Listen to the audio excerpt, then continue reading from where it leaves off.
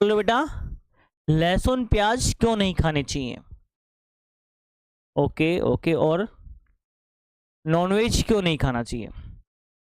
देखो बेटा, हमारा जो शरीर होता है ना, इसको तुम जिस प्रकार का भोजन दोगे ये उसी प्रकार का बन जाता है। आपकी प्रवृत्ति भी उसी प्रकार की हो जाएगी। नहीं समझे मेरी बात? देखो, मैं जब गांव में रहा करता था तो हमारे जो घर वाले थे हमें कुत्तों के पास नहीं जाना दिया करते थे। वो कहते थे कि ये तुम्हें खा जाएगा। अब क्या वो गलत थे? नहीं बेटा, वो गलत नहीं थे, क्योंकि वो कुत्ते जो थे ना बेटा, वो मांस खाया करते थे जानवरों का। इसलिए उनकी प्रवृत्ति ऐसी हो गई थी कि वो मांस के प्रति अपना अट्रैक्शन दिखाया करते थे और उन्हें फर्क नहीं होता था कि ये इंसान है। वो उनको सिर्फ खाने से मतलब हुआ करता था। समझ में आ गई मेरी बात? देखो, आपको मैं एक कहानी सुनाता हूँ। देखो बेटा, आपने सुना है भगवान शिव के बारे में? तो मैं उसी टाइम की एक कहानी सुनाता हूँ। क्या?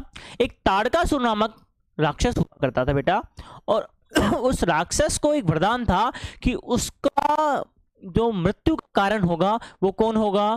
भगवान शिव का खुद का पुत्र।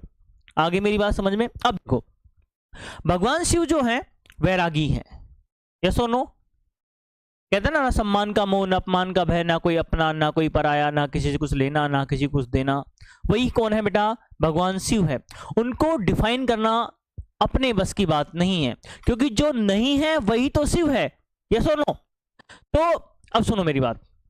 भगवान शिव जो है उन्होंने ताड़कासुर को वरदान दिया कि उसकी मृत्यु का कारण कौन होगा? भगवान शिव का पुत्र होगा, यस और नो? यानी जब तक भगवान शिव के पुत्र नहीं होगा वो तो अमर है, ऐसा नो? अब देखो कहानी क्या है। कहानी क्या है कि ताड़कासुर ने इसी वरदान में जाकर पृथ्वी पे अपना राज कर लिया। पाताल में का राजा तो था ही, ये सुनो। स्वर्ग पे उसने अपना आधिपत्य कर लिया, स्वर्ग पे भी उसने क्या कर लिया बेटा? देवराज इंद्र को हरा दिया और वह स्वर्ग का राजा बन गया। अब उसने स्वर्ग शुरू किया कि पृथ्वी पे अपने जो उसके अनुयायी थे, उसके जो राक्षस थे, उनको भेजा और कहा गया कि तुम देवताओं को जो हवन में वो डालते हो, क्या क्या बेटा, भोग जो देते हो उसको बंद करो, हमारे नाम का भोग दो। किसके नाम का? राक्षसों के नाम का।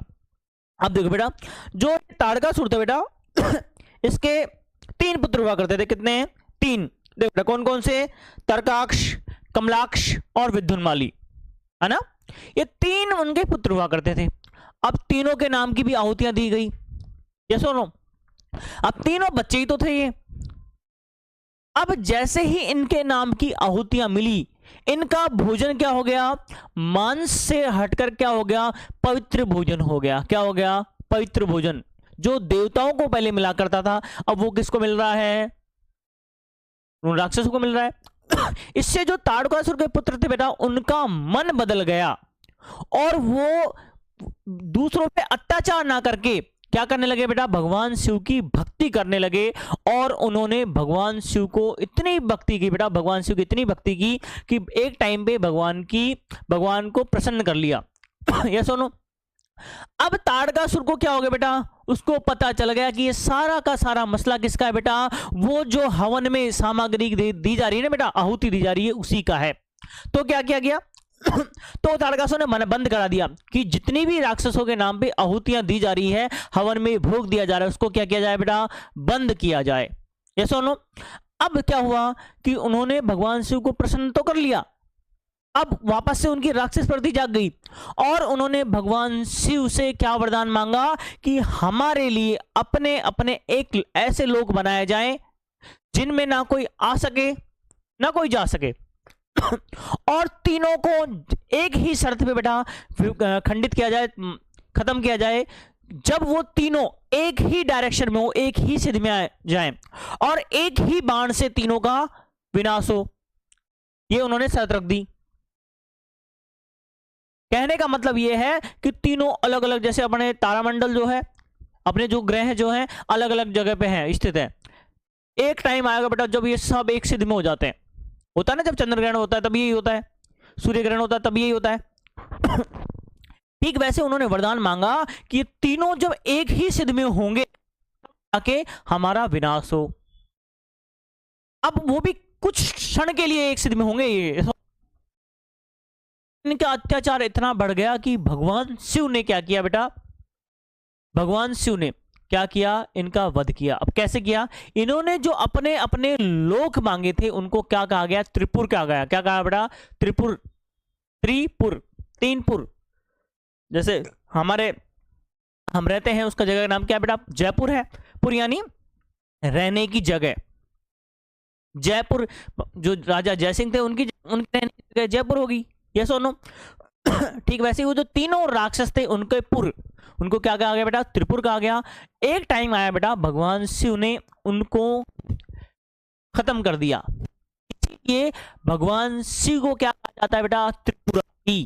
कहते ना अपन, त्रिपुरारी रे मुरारी तुम कमलाधारी। आगे मेरी बात समझे। और भगवान शिव ने जो धनुष उस टाइम पे उपयोग लिया था उनको मारने के लिए, उस धनुष का नाम क्या है बेटा, पिनाक, पिनाक नामक धनुष है। इसलिए भगवान शिव को क्या कहा जाता है बेटा, पिनाक पाणी। क्या कहा जाता है, पिनाक पाणी। और ये धनुष वही धनुष है जिसको तोड़ने के बाद ही भगवान श्री राम का विवाह हुआ था माता सीता से। यानी आपको पता चला ना कि वो जो हवन में भोग दिया जा रहा था उससे वो राक्षस एक भगवान के भक्त बन गए।